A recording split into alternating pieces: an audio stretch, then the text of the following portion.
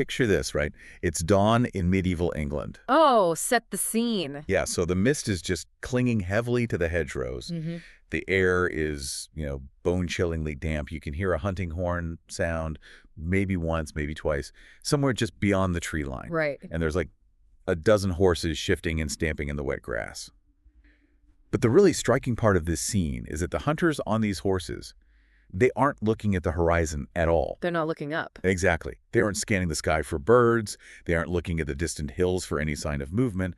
Their eyes are fixed entirely on the dirt. Because they're watching a small tricolored hound just moving through the undergrowth with this quiet, absolute confidence. Yes. And this hound is not waiting for a command. Like, nobody is pointing a finger or directing traffic. Its nose is just down, sweeping side to side in this rhythm that looks almost, mechanical. Every few seconds, it pauses, adjusts, and then just moves again. It never loses the thread. And to the hunters on horseback, the ground ahead is completely empty. It's literally just grass, mud, maybe a few broken twigs. Just a normal field. Right. But to this hound, that empty ground is a highly detailed map. A hare passed through here like 2 hours ago. It paused by that rock, doubled back through the brambles, and kept going northeast. Yeah, because the hound isn't guessing based on probability. It's literally reading the chemical residue that was left behind. It's incredible. Kings trusted this animal's nose over their own eyes. They built entire days of aristocratic hunting around this tiny, relentless creature. They really did. And the big reveal here is that this elite, highly specialized tracking machine isn't some extinct medieval beast that we only read about in history books. No, not at all. It is the exact same beagle that is currently dozing upside down on your couch. It's the exact same dog pulling you toward a lamppost on your Tuesday morning walk. It's a direct, unbroken lineage. I mean, the animal English hunters once trusted with their entire day's success is now navigating suburban living rooms and apartment buildings all over the world. It's wild to think about. It really is. And that brings us to our mission for this deep dive. Today, we're taking a stack of veterinary and historical notes to give you the ultimate shortcut to understanding this breed. We are going to explore how 600 years of purposeful breeding shaped not just what the beagle looks like, but its specific neurochemistry, its physical architecture, and its seemingly frustrating modern habits. So whether you own a beagle or you're thinking of getting one or you're just insanely curious about how canine behavioral science works, stick around. We're going to completely reframe how you see this animal. Absolutely. So to understand the dog currently shedding on your rug, we first have to understand the specific biological, I guess you'd call it technology, that it was engineered for. So hardware. Yeah. The sources draw a very sharp line between a sight hound and a scent hound, which I found totally changes how we should think about canine perception. Oh, it's a massive distinction. For thousands of years, European hunters were breeding dogs for two entirely different sensory experiences. Think about a greyhound. A greyhound is a sight hound. It hunts in the present tense. Exactly. It spots visible, real-time movement like a running rabbit, and it just chases it down using sheer speed. But a scent hound hunts in the past. It's following an invisible trail of dead skin cells and sweat that an animal left behind hours ago. When you frame it as hunting in the past, you really begin to realize the sheer biological machinery required to do that. I mean, a scent hound like a beagle has roughly 225 million olfactory receptors in its nose. Wait, 225 million? Yeah, 225 million. To put that in perspective, humans have about 5 million. Oh, wow. And furthermore, the part of a beagle's brain dedicated to analyzing motors is proportionally about 40 times larger than ours. They even smell in stereo. Smell in stereo. Yeah. Like headphones. Kind of, yeah. Each nostril operates independently, so that allows their brain to determine exactly which direction a scent is coming from. It creates this three-dimensional spatial map of the invisible world. That is mind-blowing. So when the sources say medieval hunters needed precision over speed, they really weren't kidding. Not at all. These dogs were bred for hunters on foot. They didn't need the blazing speed of a horse. They needed the patience to hold a microscopic chemical trail, even when the scent was faint, or, crossed by a dozen other animal tracks. And the physical anatomy of the beagle's nose even aids this process, like the slits on the sides of their nostrils. Yeah, the little flaps on the side? Right. Those slits allow air to escape outward when they exhale, which creates a continuous inward flow of new scent particles. So they're inhaling the story of the landscape without constantly exhaling and blowing the evidence away. Okay, let's unpack this, because the level of focus makes me question a major part of modern dog ownership. Yes. Well, if I read these historical accounts praising their absolute singular focus on a trail, how does that square with modern training? Because if I take a beagle to the park, call its name 3 times, and it completely ignores me to smell a patch of dirt. You feel ignored. Yeah. As an owner, that feels like the dog isn't very smart, or at least that it's blatantly defying me. Right, and this is perhaps the most critical misunderstanding of the breed's intelligence. When a beagle appears to go selectively deaf in a park, that is not a lack of intelligence or defiance. You are witnessing 6 centuries of purposeful engineering overriding external stimuli. Because if the dog looked up every time a bird chirped or a hunter shouted, it would lose the invisible chemical thread it was analyzing. Precisely. Medieval breeders actively selected for dogs that possessed tunnel vision, or rather tunnel olfaction. Tunnel olfaction, I like that. They did not want a highly biddable dog that constantly looked to the handler for direction, because the handler couldn't see the prey. The human was blind. Wow. The dog had to stay locked onto the scent trail until it was resolved, regardless of the noise around it. That completely flips the narrative. Yeah. It's not a bad dog. It's a highly specialized piece of tracking technology functioning exactly as programmed. Exactly. But, okay, if their brains are wired to tune out the world and just focus on the dirt, how on earth did a hunt actually work? A single dog with tunnel vision chasing a zigzagging hare through heavy brush seems like it would, inevitably lose the trail. Oh, a single dog would absolutely lose the trail. The evasive tactics of a hare are incredibly complex. They double back on their own tracks, they leap sideways into heavy cover to break the scent line, they run through streams. It's just totally chaotic. Right. So to counter this, beagles were almost never deployed alone. Early scent hunting was a massive group project. They worked in packs of a dozen or more hounds fanning out across a field. So they essentially formed a living, breathing grid over the landscape. If one dog lost the primary thread because the hare jumped sideways, another dog 10 feet away would just pick up the continuation of the scent. Yes, and what's fascinating here is the dual psychology this created. The cognitive load on these animals was immense. On one hand, they became deeply, inextricably social. They had to be entirely comfortable working shoulder to shoulder with other dogs in high-stress situations. They thrived on canine companionship, which is why today you'll notice beagles practically vibrating with joy at a dog park. They fundamentally love being part of a collective. But the paradox is that while they are highly social, they also had to be fiercely independent decision makers. Like, you have a dozen dogs spread out over an acre of dense brush. There is no human standing over them issuing commands to sniff a specific bush or turn left. Right, no micromanager. Exactly. The dogs had to do the spatial map themselves. Each individual beagle had to continuously read the chemical data, make split-second decisions on whether to hold its position or move, and trust its own nose over any outside direction, even the direction of the other dogs. Oh, wow. Yeah, that independent problem-solving wasn't a flaw. It was the entire foundation of the pack's success. Translating that to your living room today explains so much. That fierce, independent decision-making, that instinct to trust their own senses over an outside voice, is the very root of what owners lovingly and exasperatedly call stubbornness. Yep, the classic beagle stubbornness. When your beagle is mid-scent, its brain is actively dumping dopamine into its system as a reward for trusting its nose over your voice. They are simply executing their core programming. But here is the piece of the puzzle I am struggling to fit. We have a highly independent, laser-focused pack hunter designed to run for miles. Yeah. That sounds like a specialized piece of agricultural equipment. It does. How does an animal with that resume successfully pivot into being one of the most popular apartment and household pets in the world? Well, the transition from the hunting field to the family home relied heavily on their physical dimensions and their pack-oriented temperament. Because they were bred to be followed by hunters on foot rather than elite aristocrats on horseback, breeders intentionally maintained a compact frame. The modern standard puts them typically between 13 and 15 inches at the shoulder. So they were physically manageable from the start. You didn't have a 100-pound mastiff trying to fit onto a farmhouse rug. Exactly. Physical size made them convenient, but their temperament made them beloved. Think about the requirements of a dense hunting pack.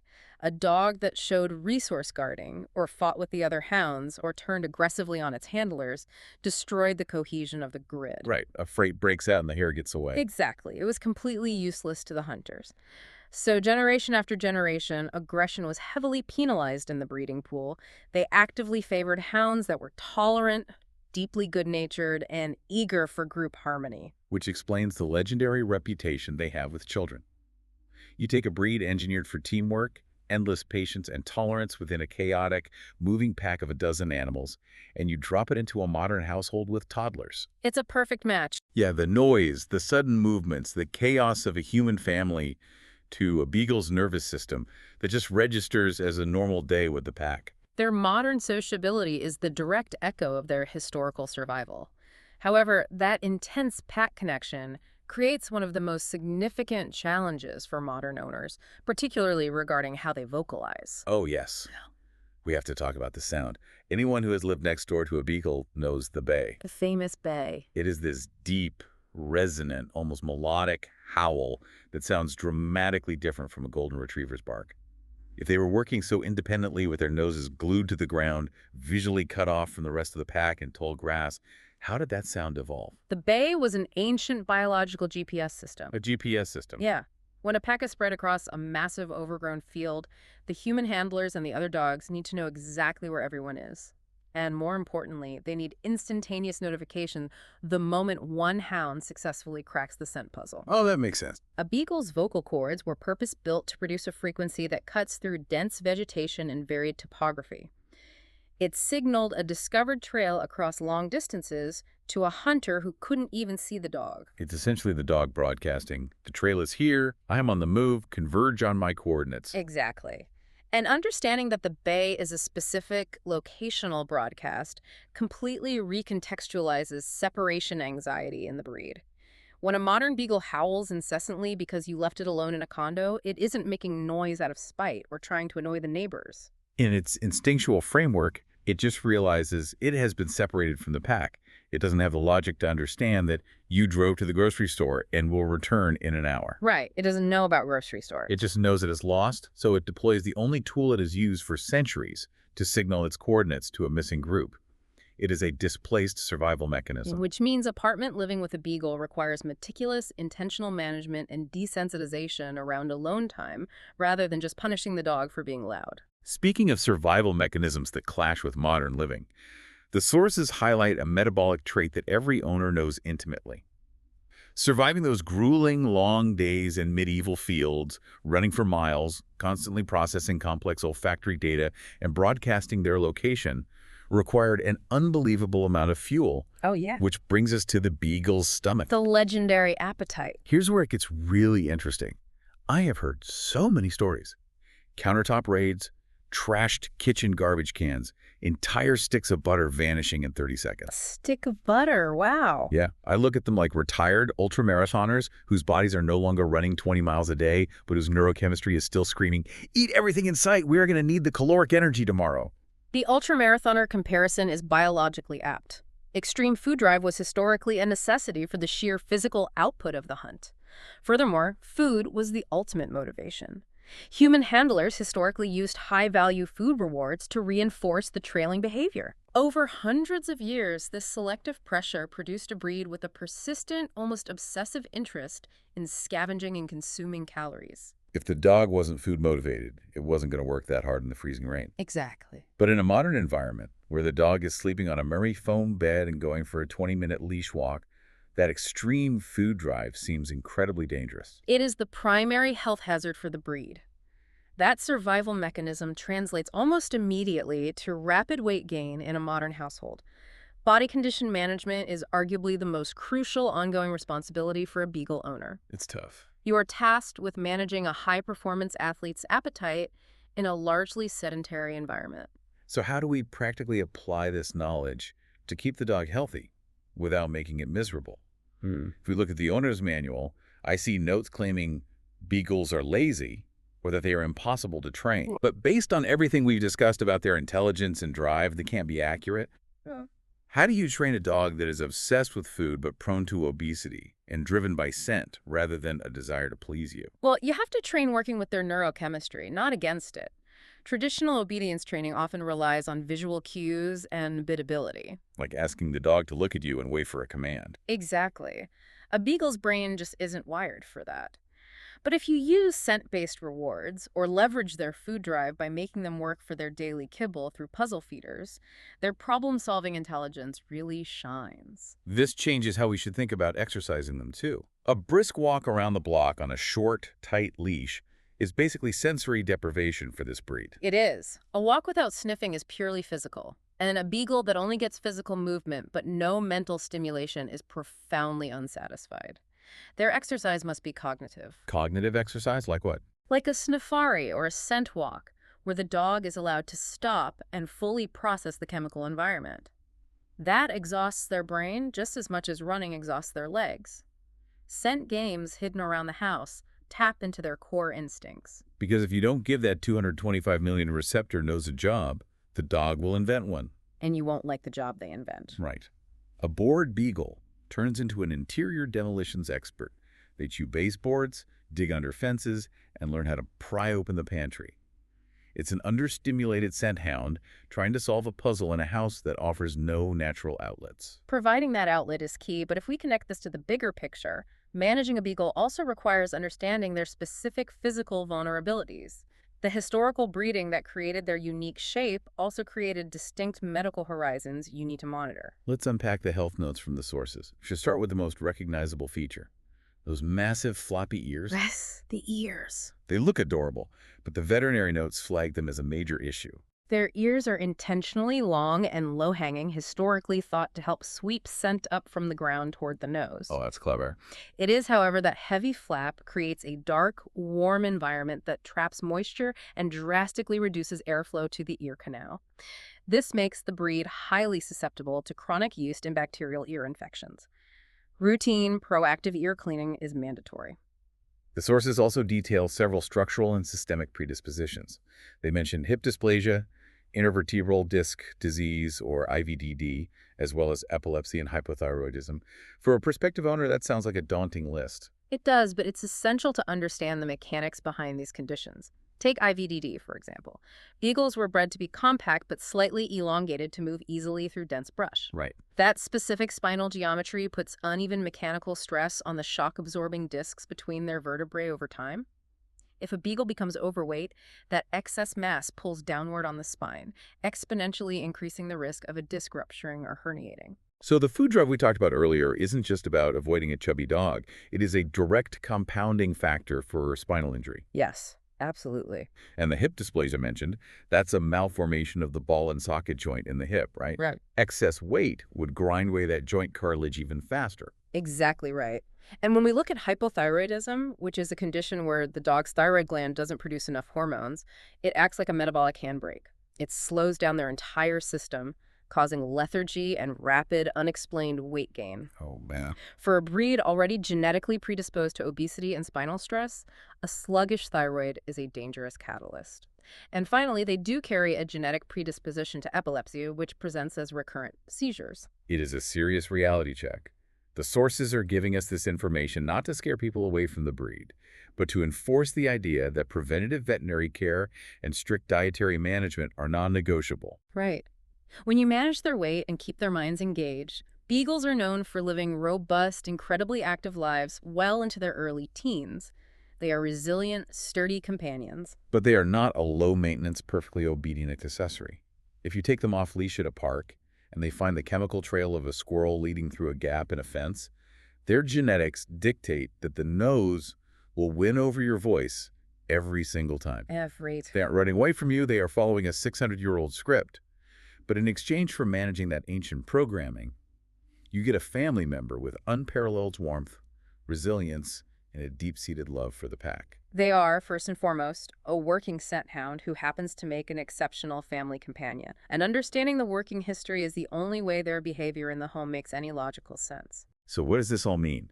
When we trace the beagle from the damp fields of medieval England to the modern suburban couch, we are looking at an absolute masterclass in how form perfectly matches function. Every frustrating pause at a lamppost, every ear-splitting howl when you leave the house, and every stolen slice of pizza is a direct echo of an aristocratic hunting machine working exactly as it was designed to. And exploring that history leaves us with a truly profound concept to consider. If humans spend 600 years meticulously wiring this animal's brain to read the invisible chemical history of the landscape, well, it forces you to wonder what else they are perceiving right next to us. Wow, yeah. The next time you're out on a walk and you find yourself impatiently tugging your dog away from a random patch of grass, stop and ask yourself, what epic invisible story are they in the middle of reading right now? And what hidden languages written across our very own neighborhoods are we completely blind to? That is going to stick with me every time I hold the leash. Thank you for joining us on this deep dive into the Beagle's history and instincts. Remember, true understanding is the ultimate shortcut to a better relationship with your dog. See you next time.